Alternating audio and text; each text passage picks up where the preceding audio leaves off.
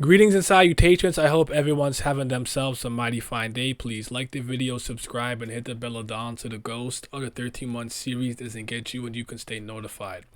I want to share a theory here with you that the unnamed princess is Baek Ryun. This is the short version of the theory. I don't know that he wants his name to be revealed, so I'm currently protecting this patron's identity. Come to the Patreon, by the way. Trust me, it's lit. I be updating it all the time. That being said, I want to read this, go through it, and I want you guys to give your honest opinions on this as I read it and go through it and give my thoughts as well. So, from the unnamed princess is Baek Ryun theory. Short version. First, I'm going to highlight this paragraph. First, I think the reason why SIU is hiding her name is because she's someone tied to Urek Mazino that we know about. Sure, it could be Hagi Ferroni, but there's no indication anywhere that she and Urek have any kind of connection aside that she also passed Han's special test. REA Han, 100th floor. I also don't think this is a new princess because I don't understand why SIU would hide it unless her name is the moon in Wolhike Sung, winged tree under the moon. I guess that's what it literally translates to. I thought it meant like sixth winged tree or something like that, but I guess I didn't know any better.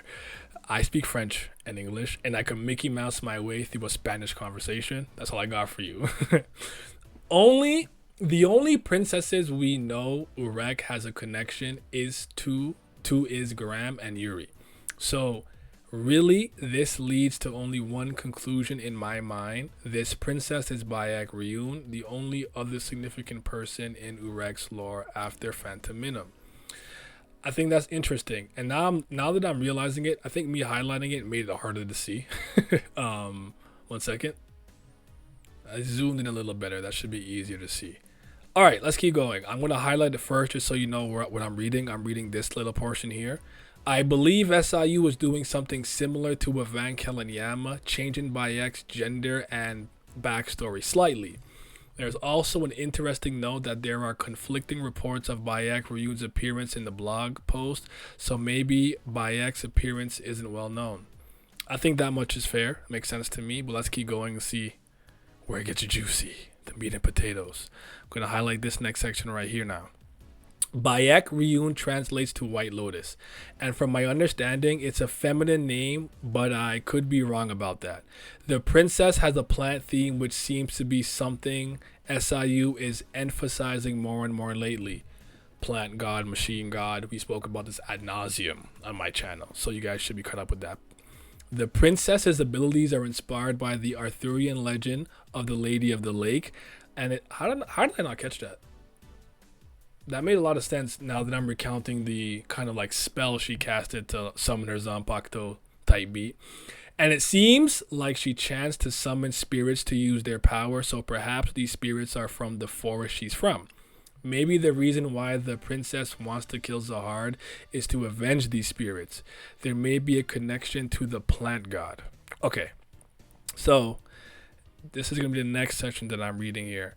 I see what you're doing. I would probably prefer the long version just so I have all the minutiae and the nitty gritty details, but I kind of see where you're going with this and what you're cooking, and I wouldn't even be mad at this if I'm being honest. Ordering Mark and I were discussing the possible connection between the princess and Roku, and how they may be descendants from the 5 flower nations. This princess also seems strong enough to become rank 10 in the future. She only just entered the tower and is doing stuff that no other regular can do.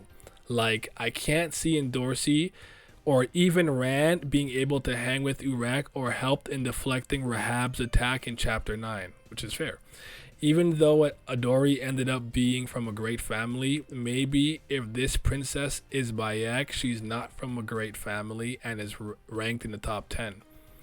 It would be a cool way for us to somehow and somewhat return to having a character we think that is very broken within the tower that doesn't come from a direct family or some special lineage, if you will, even though she would be a princess of Zahard. I could be wrong, and this princess is actually nobody, and SIU was trolling us with this mystery. Okay, with a mystery. I would find that to be rather intriguing, and I don't really have any pushback, except I don't like the idea that Baek Ryun's a princess of Zard. I think that's the only thing that's giving me pause. I don't really care if they change Bayek's gender to being a woman or something along that line, but I find that the whole wave controller, gifted wave controller thing, and by the way, this princess is a fisherman.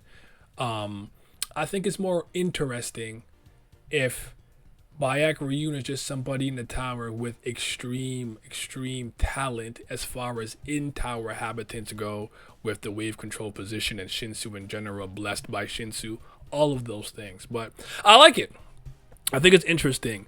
Theorizing is obviously not my forte. If you guys have been here long, you know that I don't really do well the best with theories. I'm more a person who likes to analyze what's already been shown.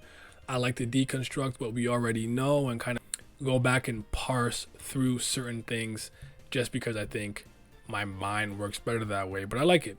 One of the better ones and more interesting ones that I've read of recent. Let me know what you guys think about this in the comments section below. Do you agree? Do you not agree? And have yourself some mighty fine day. Be safe.